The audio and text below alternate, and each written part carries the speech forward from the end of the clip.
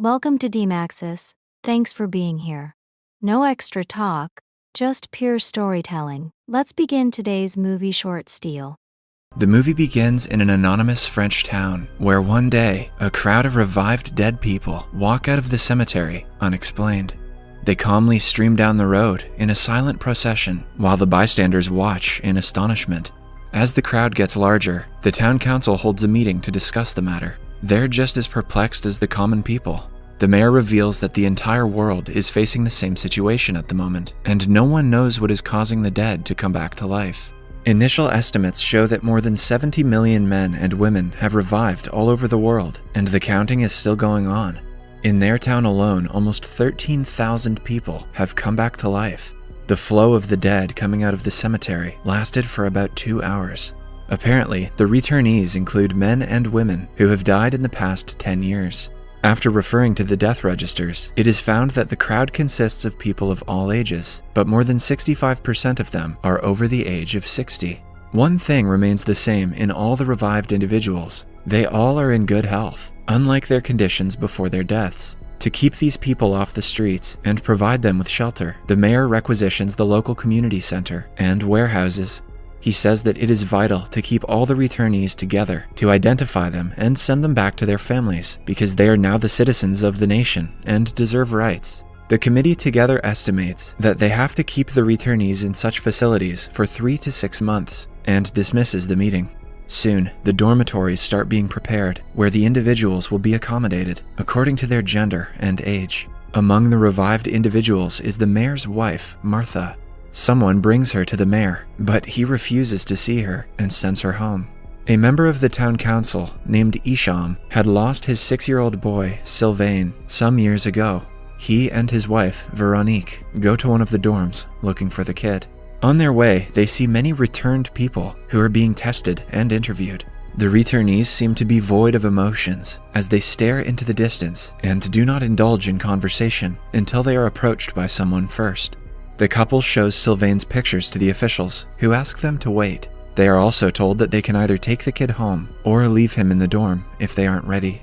When the kid arrives in front of his parents, they are beyond shocked. The scene shifts to the mayor's home, where he meets his deceased wife for the first time. She acts like she has never been gone and asks him why he is late. Meanwhile, Isham's co-worker, Rachel, is in her home, overwhelmed by everything that is going on. Her husband, Matthew, died in a car crash 2 years ago, but she has already accepted his death, so she isn't sure if she should welcome him back to her life. The following day at work, Isham tells her that his son is exactly like how he was prior to his death. He acts like nothing has changed. He also asks Rachel if she plans to bring Matthew home, but Rachel just dismisses the conversation. The town council holds a meeting again after a few days. They are now concerned about the potential unemployment and housing problem in the future. Moreover, the returnees are slow, and they cannot communicate well, which means they are not as efficient as they were in their previous jobs. The council also addresses that the revived people suffer from effects similar to those that may be seen after a severe concussion, such as disorientation, sleep disturbance, and wandering. But for some strange reason, their motor functions are unharmed. Then, we are shown Matthew, who has returned to his job as an architect. However, he is sluggish in his job and only speaks when people talk to him first. Rachel has still not tried to find him.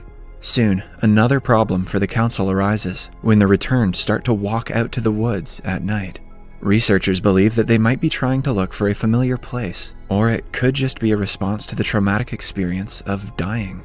To solve this problem, a doctor named Gardet develops a sedative that only works on the returned. He also trains the security guard at the dorm on how to stop them from wandering off to the woods. While observing the sleeping revived people, he notices Matthew dressing up and walking out. The security guard claims that he does this every night and goes to his work. The doctor finds this strange and follows Matthew to his work. There, he sees a group of returned people having a meeting. According to the watchman, they do this every day. One day, Rachel is returning home from work when she notices Matthew following her. The two do not talk and simply make their way home. Dr. Gardet, who has been observing Matthew's behavior, follows them. Rachel is still not comfortable being around her husband, so she goes to her room, claiming that she has to rest. At the mayor's home, he organizes a party to reintroduce Martha to the family members. However, in between the dinner, She stops talking and walks away towards the woods. Her caretaker says that she has been walking around the yard the entire day. The mayor follows his wife and tries to bring her back to the table, but she continues walking without any explanation. Meanwhile, at night, Rachel approaches Matthew and starts a conversation. She eventually kisses him, hopefully after asking if he's brushed his teeth, and the two end up having intercourse in the living room, while the doctor spies on them through the window. This man is a true scientist. In the next council meeting, a lady brings up the fact that the revived people have body temperature lower than a normal person. Because of this, they are picked up by thermal cameras as whitish figures. So, the council decides to observe their activities through the cameras attached to hot air balloons spread throughout the town. Their main aim is to find out more about the nightly meeting that the returnees often hold in different parts of town. When the first set of reports arrives, a surprising element is found. All the returnees, whether they be young or old, cover a distance of at least 9 miles every day. They end the meeting by stating when more data is recovered, they can point out the similarities and frequencies of the returnee gatherings. One day, Rachel and Matthew are sunbathing beside a lake. Rachel, who is skeptical about Matthew's return, is now comfortable around him. The returnees in the lake can be easily identified by their stiffness. The couple meets Dr. Gardet there. He explains Matthew's behavior to Rachel and tells her he is recovering quickly from the trauma. At night, Rachel hears a noise and goes to her backyard, only to find that the doctor has followed them home. On questioning, he says that he wants to help her cope with the situation, claiming that he knows how she feels. He inquires if she knows that Matthew wakes up at night to go to his work. Rachel says he just has trouble falling asleep and insists her husband is normal. After making him go away, she returns to her bedroom and finds Matthew awake. He asks her if she was talking to someone, but she lies and says she wasn't. The next day at work, Matthew submits his work to his boss, but his reports make little to no sense. Even when the boss explains his errors, Matthew doesn't understand. Hence, he is demoted to the technical part of the company, where other returnees like him work. In the following town council meeting, the officials declare that the semi-normal behavior that the returnees show is an illusion. They have been imitating the expressions of the living and following the memories of what they used to do before their deaths to create an illusion of being normal, but they are not capable of innovative jobs at all. At night, Matthew gets dressed without Rachel knowing and goes to his work. This time, the doctor overhears what the returnees talk about in their meetings. They seem to be talking normally about city maps and areas around the town. Meanwhile, the kid, Sylvain, wakes up in the middle of the night and bangs on his front door, wanting to get out. His parents are worried about him. The school has informed them to take Sylvain somewhere else because he scares the other kids. His mother cries, saying that all he wants to do is run away from them. Similarly, the mayor's wife also tries escaping by jumping off a fence, but the mayor stops her. The following day, he talks to Rachel about his wife. He is worried that one day he will wake up at night and she will be gone, but Rachel claims that it is their fate. It is clear that all the returnees are trying to escape from their homes and gather together, but no one can decipher what they are talking about in their nightly meetings. Rachel goes to Dr. Gardet that day to ask him how she can help Matthew get back to normal, but the doctor says that she can never bring him back to how he was before he died. The most he can do is remember everything that happened before his death. The doctor also shows her a clip of Matthew, saying that he met Rachel 2 weeks ago when he had been dead for 2 years before that. Rachel loses all hopes of getting her husband back and returns home, only to find him missing. Somewhere else, a security guard finds Matthew and other returnees in a field and asks them to go away. Just then, a loud explosion is heard from nearby. Following that, the returnees detonate several explosions throughout the city. All of them have come to the street and make their way to a tunnel. The mayor wakes up to his wife missing and drives around looking for her.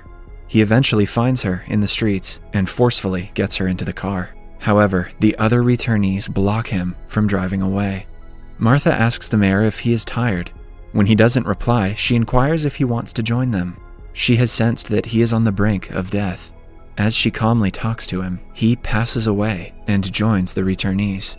Meanwhile, at Isham's home, Sylvain is still trying to escape. His mother wants to let go of him, but Isham insists he will keep the kid forever. As they talk, Sylvain falls off the balcony from the second floor. He stands up and joins a returnee man who had been waiting for him.